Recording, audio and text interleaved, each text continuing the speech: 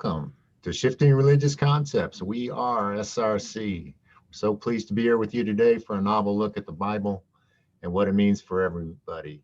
My name is Mark Thomas. I'll be moderating today's program. And along with our usual SRC panel, we're excited to have a guest panelist as we continue with our series titled Revelation Revealed. More on this in just a bit. During the show, remember that we encourage you to ask questions and to make comments by raising your hand in the Zoom feature, and we will do our best to answer those questions as we go.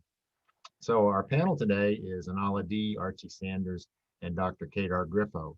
They have spent many years looking for the true meaning of the Bible and many other spiritual and esoteric writings.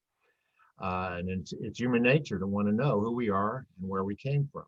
So SRC knows that there is ancient wisdom in the Bible and other places that is concealed or manipulated in traditional religions such as Christianity. This knowledge used to be for the select few. SRC wants to change that and illuminate this knowledge and so discover the gods that we are. Today, I hope you're excited to sit in on the 10th installment of SRC's presentation on the book of Revelation. If you're familiar with this famous book through the traditional church, you know that it's often portrayed as an ominous and dark writing full of allegory and symbolism. And depending on who you ask, it could be talking about the past, present, or a terrible future for humanity. SRC has a different interpretation founded on historic knowledge and spiritual insight. Over the course of this series, we will tell you the fascinating story of how this document is actually a story of ourselves and a journey to a higher consciousness. So in keeping with this mission today, we are honored to have Lovell Rouser join us on our show. Lovell is a highly regarded numerologist. He has been studying and practicing this esoteric art since 1980.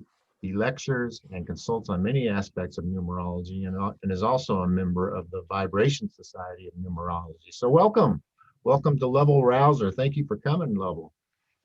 Well, thank you, Mr. Thomas, and I'm quite appreciative of being here and being invited. All right. So when Anala told me we were going to feature a numerologist, I immediately Googled it because, well, I don't know much about numerology, obviously, or how it works. And I found in Wikipedia that numerology is described as a divining art. It has an ancient history going back before the story of Christ and even before the Bible itself. So correct me on any of that. But Lovell, please, before our panelists join in today, could you give our audience just a brief summary on what numerology is, where it began, what does it do, and how it relates to our discussion on the book of Revelation, please? Okay. Well, numerology is an ancient science that deals, of course, with numbers. And we know that every facet of our lives involves numbers. But in the Council of Nicaea in 325 AD, there was the removal of the science of numerology by one of the popes. I forget his name exactly. It'll come to me in a moment. But the numerology up till then was being utilized, even in the Christian church.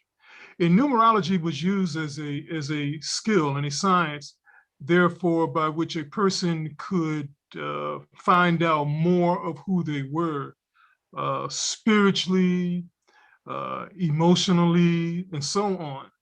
And the numerology became so powerful because it was able to exactly determine an outlook on a person's life based upon if they were dealing with a positive outlook or a negative outlook pertaining to themselves. The numerology, which presently is being mentioned a great deal about, is purely based on what is known as the Pythagorean system of numerology, which involves the 9 numbers, and has been brought up to date to the present, involving the 9 numbers plus the 26 letters of the present English alphabet that we are using. Now, I must say there are other systems of numerology from different various parts of the world. You have the Greek, you have the Chinese, you have the Indian, the Vedic, so forth and so on. But the one that I'm going to speak on, and the one that I studied the most, is based upon the 9 numbers and the 26 letters of the alphabet. Because in numerology, in the science of numerology, every letter has a corresponding number vibration, and every number has a corresponding letter vibration. And this goes through different traditions, religions throughout the world. Some may understand this to be in the Jewish tradition called the Kabbalah, okay? But it's essentially the same thing because we're dealing with letters and numbers and how each of those numbers associate with every letter. And when a person can look at your name and determine the letters based upon the numbers of that letter in your name, they can determine different aspects of you. One being the soul, because the vowels in your name represents the soul or the inner life or the spiritual self. And when you look at the word vowel, you have the root word vow. It is though you have taken a sacred vow before you came to this life, as you sat in conference with the Creator, your angels, and so forth and so on, your spiritual guides. And then you have what's called the personality, which is the outer self. That's determined from the consonants in your name, okay? And then you have all the letters in your name, which tells us the expression of who you are. And this is very, very significant because many of us live our lives without ever knowing what we are to do or supposed to do, because many of us, if not all of us, made some sort of spiritual agreement with the Creator, with the angels, with your ancestors, to come to a realization while you're here on this earth to do specific work. Everyone who comes to this planet, comes to this earth, comes into this life, has something that they are supposed to do. The sooner that you're able to find out what you are to participate in for the upliftment of humanity, the better you're going to find that your life is going to be in agreement with the world at large. Many, many people live and die not ever knowing what they are supposed to do in this lifetime. And so with numerology, I find it to be very, very concrete, very exact. It was many, many, many years before I even incorporated numerology in my spiritual studies because I tested it. I began consulting with people in 1980, but it was actually 1966 that I began to study numerology because I had a teacher back then who was a foreign exchange teacher, and she had been to Greece, she had been to Egypt, she had been all around the world, she had been on the Mediterranean, and she talked about numerology and how that was the single thing that she noticed that a lot of people from around the world knew about. And I found it to be very, very, very interesting, to the point that it piqued my interest so much that I began to study on my own. Okay. And in 1966, in a household where I was grown, where the house was, we grew up in the Baptist religion, that was not particularly the most accepted thing. So for a while, I had to do it sort of privately, okay? But over the years, my family has reached out to me and accepted much, if not all, of what I've had to share with them. So I know that for many people, numerology may sound or appear to be something that we should not be involved in, but like anything, you can use it for good and you can use it for evil. And I choose to use it for good because I'm interested in helping people. And I noticed that it has helped me. It has helped me develop a great part of my character to the point that it has been a perfecting, not a perfect, but a perfecting agent in terms of helping me to determine how better I can live my life and also respect other people and be in agreement with other people, regardless if we disagree or agree. So numerology, I say something that's very, very worthy, and that the approach to numerology should be one of clarity, because there's a lot that's going on in our society, in our world right now. But with numerology, I feel that you can better determine and define your own personal existence. You know, right now, especially with the pandemic that we're all still walking through, I looked at the numbers for the year, because numerology very much has to do with cycles. And we all go through a cycle from the time that we're born to the time that we leave this earthly world. And during this cycle, there are many cycles within cycles within cycles. There are minor cycles, there are major cycles. All of us right now are going through a major cycle. I know that many people will say, well, how can you determine that if this group of people have this particular calendar and another group of people have this particular calendar, so forth and so on. You can measure everything from beginning to end by the use of numbers. Now, numbers can be used quantitatively, they can be used scientifically, but there's also a spiritual component that's associated with numbers. And this is something that great minds of the past who studied numerology, its significance and its bearing, to the effect that they saw it to be very worthy, and they associated. They associated with a spiritual and common sense. Now, many people who studied numerology in the past were often persecuted. Pythagoras himself was persecuted. He had to close down his spiritual temple because the powers that be that did not want the masses to know about numerology, because that way those who were in power could not keep their foot on the head of many people. Okay, so I see it as being a very eye-opener. If you don't do anything but study numerology for yourself and see what particular vibrations that you come up with, I think that you'll find that it will be very, very revealing. And that's this discussion for today, is really revealing, because the book of Revelation is revealing to us. And in the book of Revelations, we see that there are many vibrations, there's numbers in there that may have been cryptically written, but nonetheless, when we study the Bible in depth, as the group of people here have been doing, we can find that there's even deeper revelations. And I say about revelations because the number 7 in numerology in the Bible itself is often referred to and spoken of.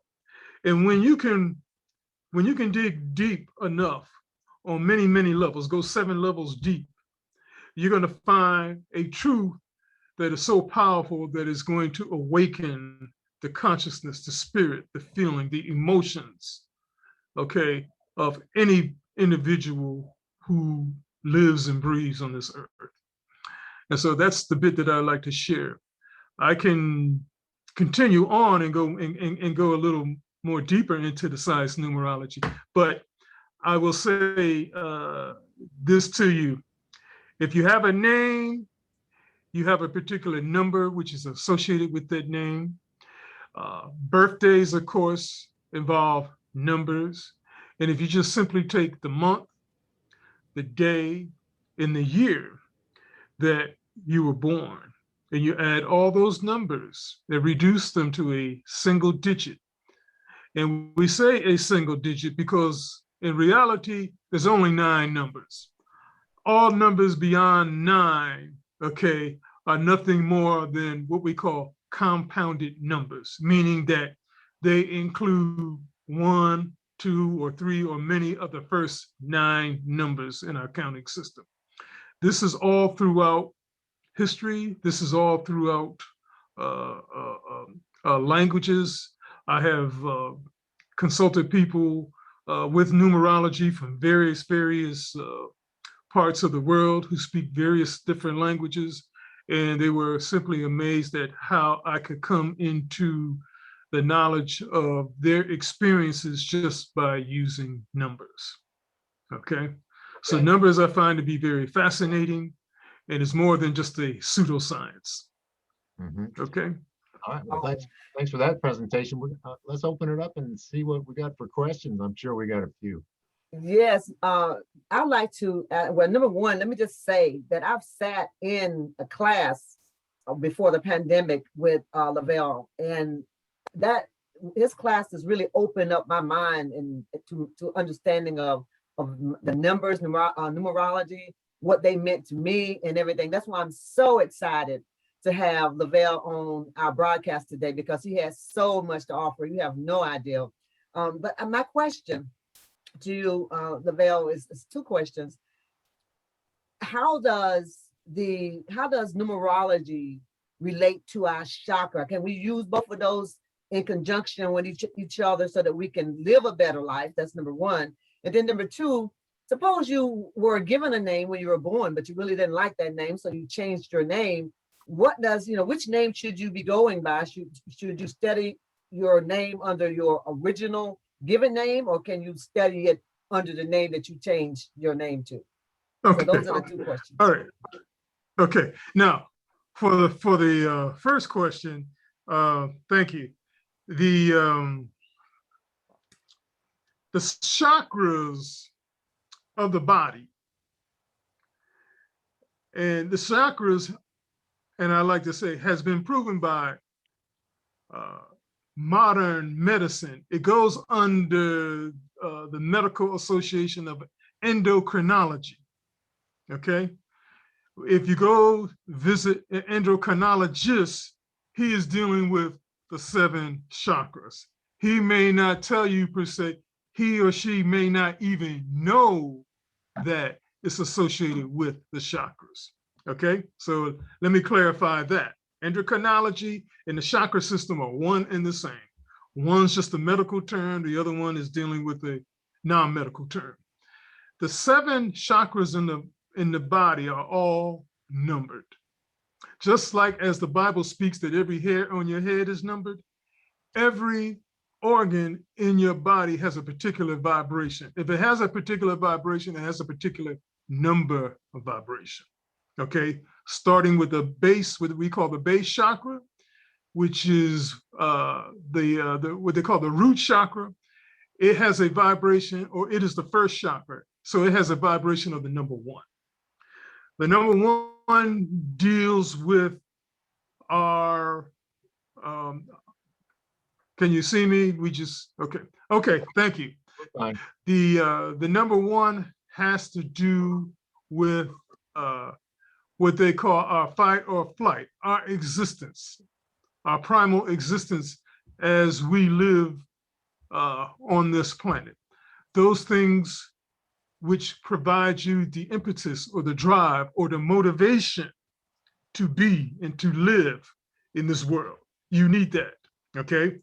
And if a person has, let's say, the number 1 or the letter A or the letter J or the letter S in their names, they have a lot of the energy of this first chakra, okay? So it's the number 1. Now, the number 1 also deals with what we call the sun that shines on us, okay? And the sun is the power which provides light, life, and warmth to us so that we can do all the things that we want to do here living on this planet, okay? The color which corresponds with, there's 3 colors that corresponds with the number 1 or the root chakra. Primarily is the color red. Now, these colors are also in association with what they call the Prism of Light, Prism, okay? If you study any kind of science, your science teacher would have told you about the prism of light. The prism is the same colors that we see in the rainbow.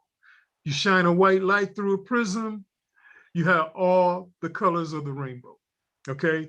And this is identifiable with also the numbers in numerology as well. Every color of light is numbered accordingly to its rate of vibration.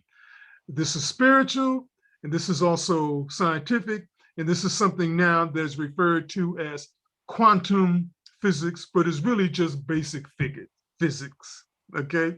Physics and mathematics joined together at the hip, all right? Then we come to the second chakra. The second chakra, okay, it is associated with the color orange, okay? The second chakra, or the number 2, associates with how we interact with other people. I can look at a person's name, and if I don't see any 2s in their name, I can tell that they are a person, one, who is shy, and then secondly, they are an individuals who have difficulty relating to other people, okay? The third chakra, which is yellow. This is the chakra which deals with our creativeness, our creative expression, our need to express. There's a great amount of exuberance that's associated with this third chakra. It has a vibration of the number 3. The number 3, you'll find people who are very talkative. If they're over talkative, they got a lot of hyper energy that is working through this third chakra, okay? So the third chakra has to do with a lot of emotional energy and vitality. And then we come to the fourth chakra, okay?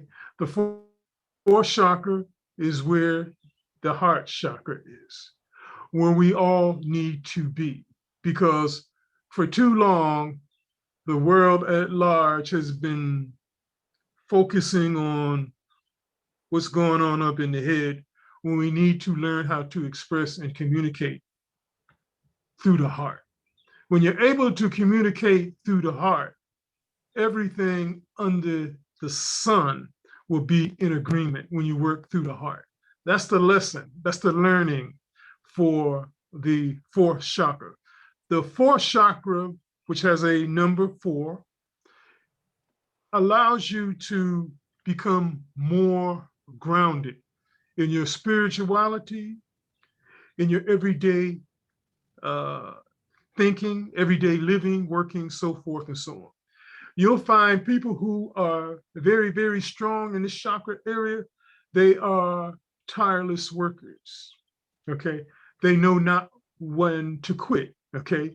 They also can be very stubborn, okay? Because they are very much fascinated by what they need to do in this life, okay?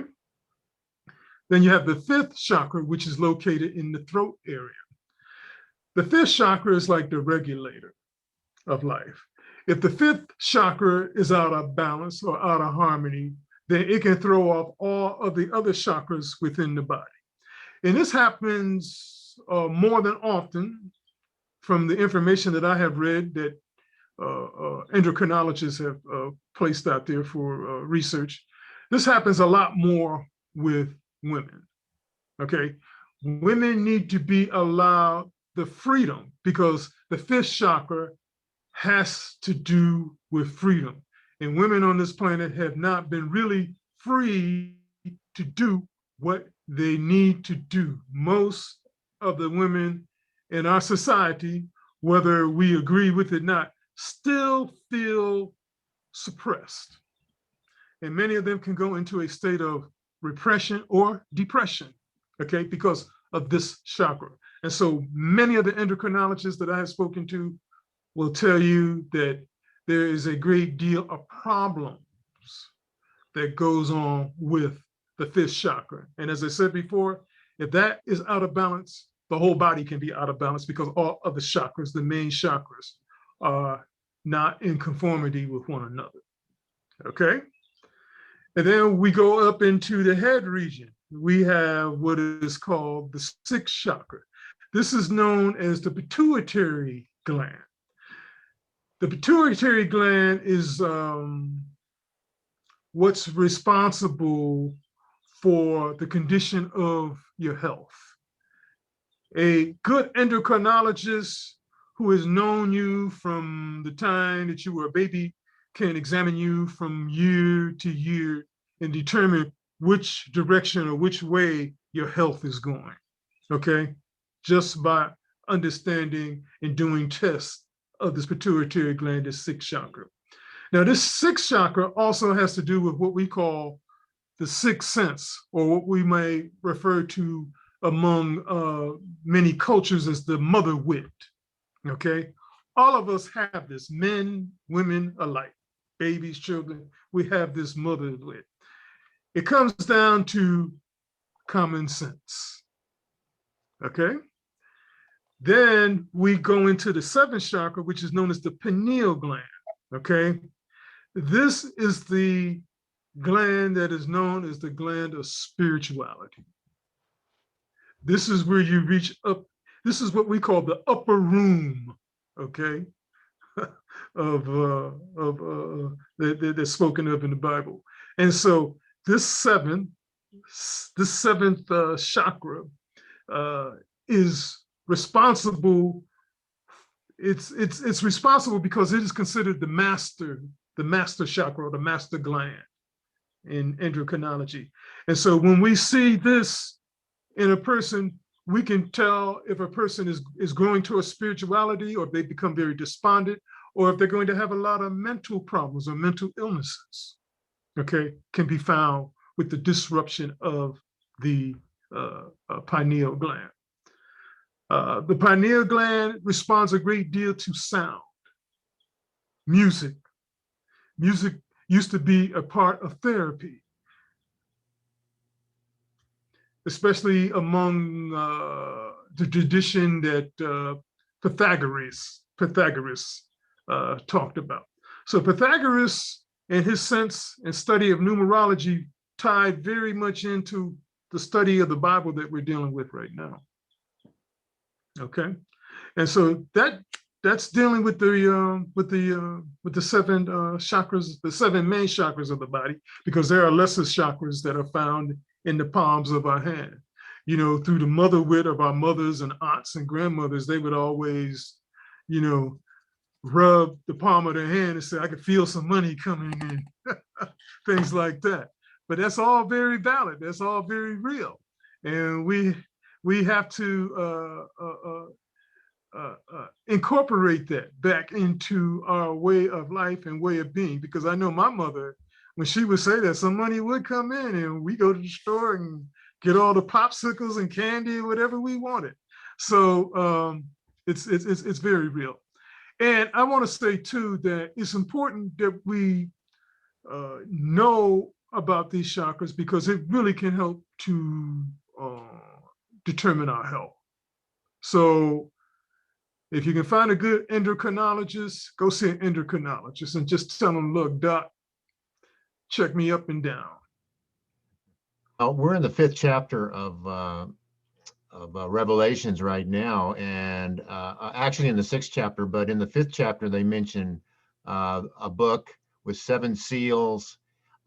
Is there a significance to, I mean, what is your interpretation of these 7 seals? Are you familiar with those? And the 7 seals has to do with the 7 chakras. See, right. each when the seals are open, that's the opening of the chakras.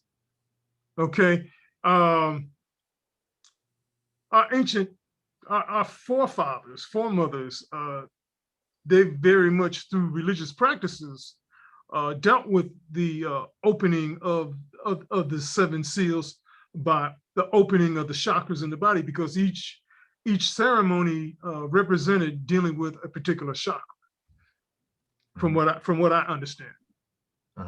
So and we've been looking, you know, to us we've been talking about the Book of Revelation as a story of the human body, of the journey of a spiritual journey, moving through the chakra. Is that the way you would look at it as well? Oh, exactly. Very much so. Very much so, because I realize that, when we talk about King Solomon's temple, we're talking about this temple that we live in, that we're housed in. This is our bodies is King Solomon's temple. Yeah, that's exactly what we said not too many episodes ago. I have one other thing. I mean, you were talking about names and numerology. Yes. Now, if you have a knowledge of numerology, say you're a mother about ready to have a child, and you have a knowledge of numerology, this affects the way you would name your child? Is that an assumption Yeah, a very good, and I would even take it to the level of thorough knowledge of numerology. Yes, because naming a child, actually, there are different cultures throughout the world. In the naming, they had naming ceremonies. And from what I recall, for young girls, for baby females, they were named 7 days after they were born. And for the males, it was either 8 or 9 days after they were born. So they were very specific in terms of the naming ceremony and assigning a particular name to a particular child based on the day that they were born, because you really want that name, especially the first name, to be in agreement, in harmony with the vibrations of the actual day that you were born. I'll give you an example. If you have a child, whether it's male or female, that was born on the 7th day of any particular month, you don't want to give that child a name that's going to have them working in the field of construction. You want them to be in an area or a field of research, spirituality, becoming a reverend, becoming a priest or priestess or whatever. There are specific qualities to every number and in association with every name. Okay. And so I find that a lot of conflict will grow from people not knowing their names. Okay. I can sit here and tell you from consulting for people with 40 years, you'd be surprised as the number of people who do not know their name. And even psychologists have said that any conflict in the birthing of a child or the giving of a name at the time of birth can cause some sort of educational and learning defects. Okay, so we're dealing with spiritual energy. That's what we're really dealing with. Come to it, and all of this information, which was at one time coming through religions, which was coming through the churches, now has been scoffed at and not spoken of. And I've talking with many religious people, especially from the 3 main religions, from the Christian to the Islamic and the Judaic faith. And I've asked them, and they will drop their head and say, yeah, that was something that we once used to do, but we don't do that anymore. So for whatever reason. Yeah. Now, we've seen that in other aspects of traditional religion too, where things were kind of lost, concealed, or otherwise manipulated to. Yeah. Well, that's one of the reasons SRC exists, Lovell, because we want to take it back and give people the knowledge that was left here for us a long time ago. So we are unpacking this type of information so that, maybe some of us on here may not have any additional children, but you can speak to your daughters and your sons you know, so that they can hopefully name their grandchildren properly. And, Right. and that's another All reason right. are trying to get the younger people to get on this site, because I think it's important that what you're telling us will help us to take control of our lives as we move into the future. Exactly. Exactly. So Exactly. we can, To answer your second question, because I know I went off on a little tangent, as I normally do. To answer your second question, Anala, in terms of what name to use, you'll find that after the age of 7, that's when a child, a being, a soul will begin to reject certain things in their life that does not harmonize or agree with them, namely their name. If they didn't like that name, they're gonna do whatever. They're gonna come up with their own name, or somebody's gonna come up with another name for them. It can be a nickname, it can be a short name, whatever. And I say to you, that's the name that you're really known by. And so a good, skillful numerologist would look at that and tell you, okay, this is where your success is going to come from in life. There are many, many, many, many people, they will tell you, I sit and consult with them. I don't want you to do that name. Why not? I don't like it. Okay. I don't argue with them. And then when I can convince them, but still, just let me know the name that you were born with. And I compare the both, I can see why. Because that name that they may have been given under conditions which were not of the best. There may have been a great deal of upheaval between the mother and the father, or the grandmother, the child, and the father. You know, there's all different kind of situations that can come up. And I've heard a lot of them, not all of them, but I've heard a lot of them. So it's important that when we name a child, we got to understand the spiritual significance of naming a child, and maybe get back to, and some cultures get back to having naming ceremonies and consulting with somebody, say, this is a better name for this particular soul here, because it does affect the soul. And the other thing that I want to bring out is this. When you look at the vowels of whatever name that you're dealing with, that is the area of your life that's going to greatly impact you, because that's dealing with the soul. And in numerology, we say that the soul is responsible for making all of your life's decisions. Whether you consciously are aware of it or not, it's the soul that's doing it, because the soul knows best. All right. I had a quick question. I'm sorry, Archie. We have a hand up from our panel from Kashina. So if you could just wait for 1 second, let Kashina jump in, because she's had her hand up for quite a while. Just a second, Archie. I'm sorry. Yes, Go ahead, hi. Yes, hi, thank you. I just have one quick question, and I don't know, well, I'm just gonna ask it. I have been experienced for a while, ever since I was young. I guess you would call it premonition, or can see things that happened before it happened, but I just didn't understand it. And I want to understand it more, but a lot of times when I'm trying to explain it, it doesn't come out right, or it always comes to me as a dream. How do I guess, get a handle on that and to understand the dreams that I'm having?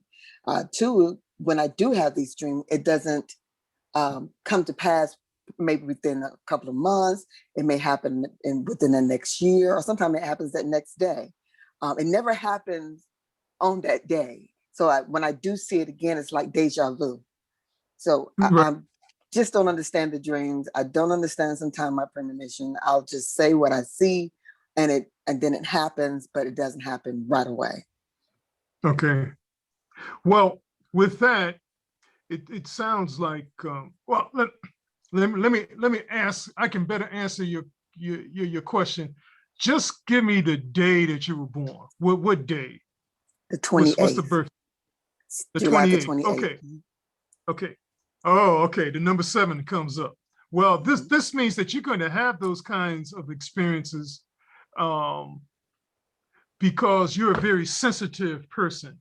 You're a very sensitive person in this world, and you're also a very sensitive person in the spiritual world. Now, please understand, the spiritual world is just as real as the world that we're living in. I don't think that's emphasized and explained enough for people really to have that deep impact. And so what happens, every time that we go to sleep or we go to rest, we die. Okay? Sleep is like a death. And when we go through this death, hopefully you're going to heaven. Okay? And when you go to heaven, you pick up certain things and you bring it back when you awake. Okay? So this is the connection that you have with the spiritual world. The numbers, the vibrations are able to verify this. Remember that I said on the onset that the number 7 was a number which is highly revered. Well, you were born in the 7th month, so you were born into the number 7. You may have been one of those people that was born with what the elders would say you were born with a veil.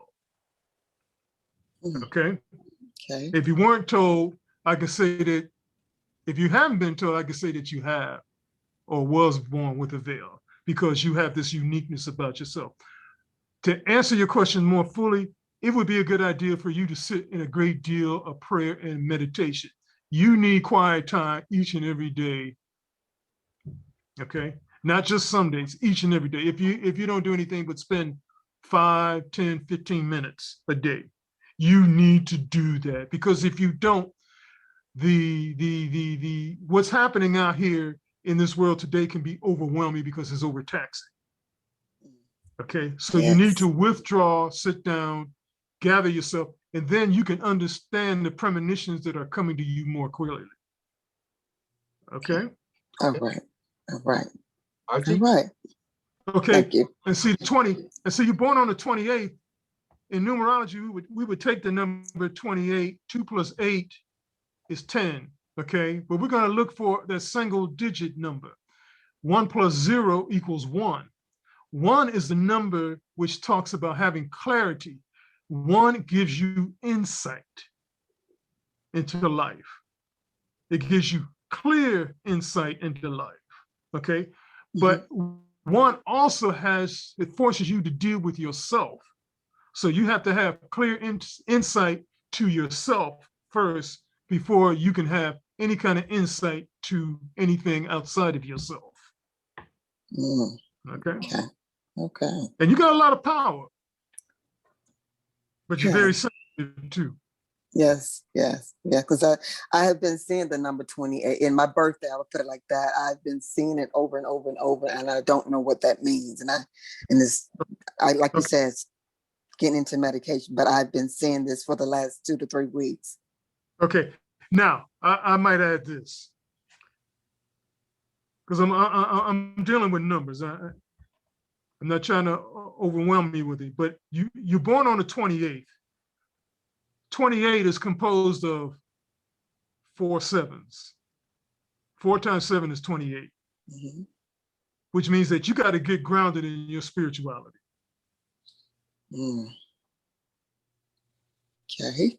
You got to get real grounded. Okay.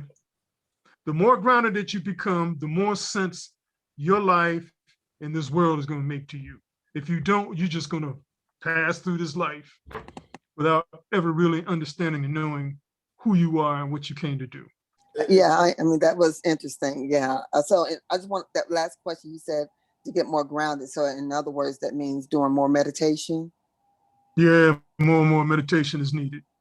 Okay. Especially now, because there's so much going on in life, in our society. It can have you going all in multi directions all at the same time, and you're just scattered. Wow. Okay. Thank you so much. You're quite welcome. Thank you. Archie, go ahead. Okay. I did have a question when you say what we name people, our children, and I imagine that we have to be careful of what we call them all the time also.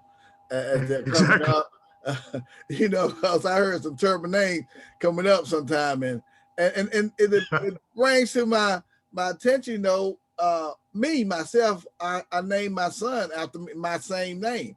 So would that affect his life? Because he might, I wanted to name him after me because he's my son. Well, he's one of my sons, but I want to name him Archie just like me. So now that I've named him Archie, does that throw his life off, or should he have been named something else? I would have to look at if you see, or if you see, or if he's ever expressed a lot of conflict with life, the name could very much affect him. Sometimes it doesn't require a total name change. Sometimes with people, you can just eliminate, for example, with Archie, you can eliminate the E at the end of Archie and spell it that way, and that could have a big change upon him. Okay, but the effect, if he rejects a lot, and if he's not in agreement with you, agreement with the family, then there can be some going ons which can affect it. And then too, were you and his mother in agreement with him being named? Yeah. That has a bearing too. Oh yeah, we were. Okay. Yeah. Because after all, we got to respect mothers, because that's the only way we can get here. Yes, she was in agreement. Now, see, both of them was born he was born in February. She was born in February. She's born February the 14th. He's born February the 12th. Now I'm born May 17th. So. Okay, well, let me hold you right there. Now, I'm glad you said that, because when I look at your name, I laid your name out, Archie. It adds up to a number 8, right? That's right. Your birthday is on the 17th. It's an 8. That's right. So that means that your name, Archie, and the day that you were born is in exact agreement with one another. Okay? So this confirms exactly what I said before about having a name which is in agreement with the day that you were born. Wow. Okay? Okay. So there may need to be, I feel like if he started using the name Archie and take the E off at the end, there'll be a change. Okay. Okay? And he don't have to go through the courts and he can just say, you say, look, man, why don't you just start spelling your name like this? And you'll start to see within 365 days a change in him. Wow. Okay. Thank you. Yeah, these vibrations are powerful. Listen, one thing that I learned is sitting in council with some powerful people, heads of corporations. They are very, very much aware of this, and they use it all the time. Every major corporation on this planet has somebody who's studying the numbers, who is crunching the numbers from a scientific and a spiritual component so that they can advance that corporation. I know this because I've been offered to do work for them, but I wouldn't do it because I'm for the people. I'm for the people who, like yourself and the panel of us who are here together. I want to see the advancement of us and not that 1% who have been in power for the last 6,000 years. And they're not making life any more agreeable for the 99% of us. Yeah. So they take Okay. it as a purely scientific. I mean, these corporations. Yeah, they look at it as very scientific. I'm trying to. There's this one billionaire. I gotta remember his name, but he was asked if he used numerology, and he said exclusively. These folks, they know. They know. I actually, when I was looking into numerology level, I saw that there were some people in the stock market who were very interested in it as well. Oh yeah. Oh yeah. Yeah. And Oh success. yeah, that's yeah. No, I have advised people with the stock market, and they've been rather successful with it. Mhm.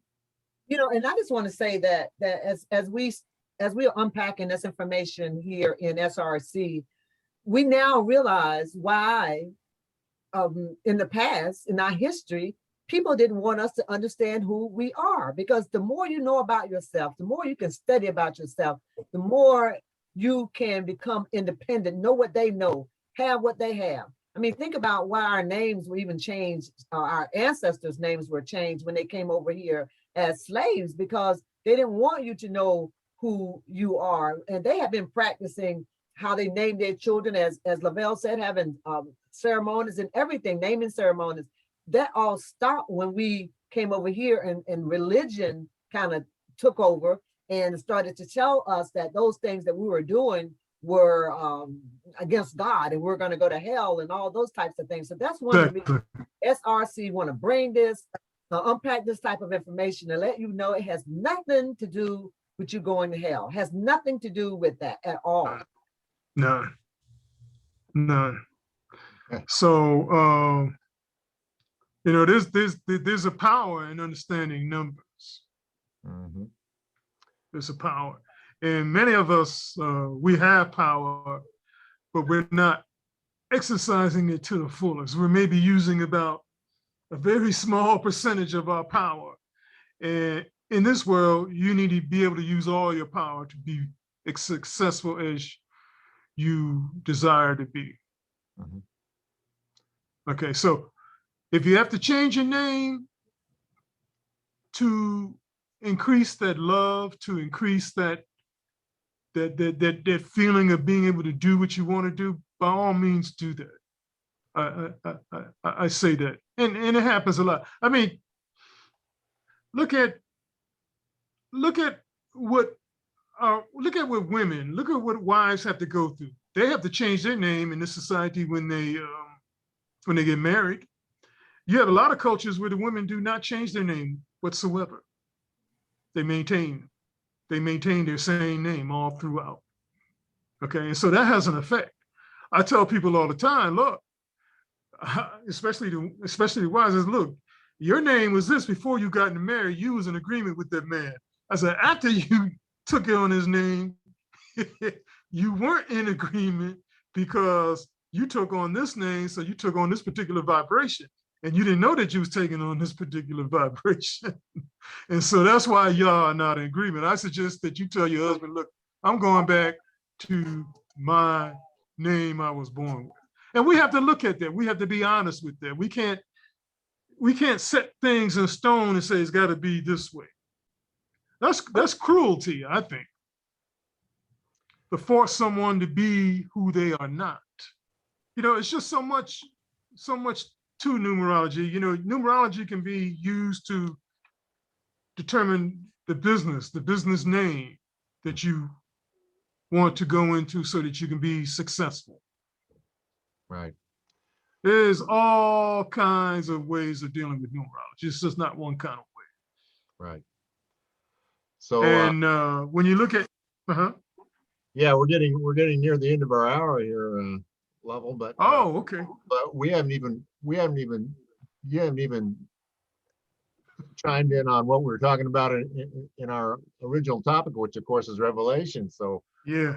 you may have to have back and just start a show and just talk Revelation, and have you as part of the panel if you want to do that at some point in the near future. Yes. We're going to be on Revelation for a while, so. Okay. Yes. Yeah, I got my Bible open up to Revelations chapter 6 right now. So I do too. I don't think we're going to get to it today, but this is kind of a sideline though, because the spring equinox was yesterday. You know, I wanted to ask Griff if he, I know we talked about this before, but maybe if you could just, you know, expand just a little bit on what that spring equinox means.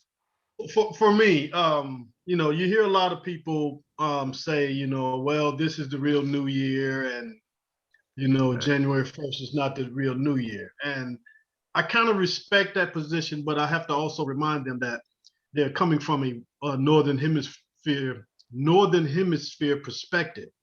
In the southern hemisphere, anything below the equator, it's actually starting to fall right now. Right. So depending on your perspective on whether or not this is the new year, of course, a lot of our monotheistic and Western religions or Western-based thought process comes from the northern hemisphere perspective. But for those in the southern hemisphere, then this is just the start of another season. So, but to get into it, the spring equinox is, of course, when allegedly there's 12 hours of daylight and there's 12 hours of nighttime, dividing the day into equal day, equal equinox, equal day, equal night. And we have 2 of those a year, one in the spring and one in the fall. Because of processional slippage, though, the actual time that this actually happened, where the days were equally split, was about 7 days ago. So it's not actually no longer on exactly March 20th or March 21st or September 21st, because of the way that the Earth rotates and the process that it takes. So it's no longer in sync like it used to be. One last thing, and then I'll drop it over to Lovell. All of the ancient temples back in the antiquity were aligned to either the spring equinox or the winter solstice, because the sun would, of course, rise, and they would orient their temples in the east, where when the sun would rise, it would shoot like a laser beam all the way to the back of the temple. And there would be an altar at the back of the temple with a statue on it, and that light would come and hit that statue in the middle of the forehead. And there was an enlightening thing. There's certain energies that are sent down on these days, and that's why these ancients oriented their temples to this. If you fly over the Great Pyramid in Egypt right now, you would see from an aerial view that it actually has 8 sides as opposed to 4. What's hidden in there is that on each pyramid, on each side, there's a dividing line on each one. So, but it's only visible on certain days because of the fact that they understood how this day was important, because they would have just as much daylight as they would have nighttime hours. But I give it to Brother Lovell. I'm enjoying it.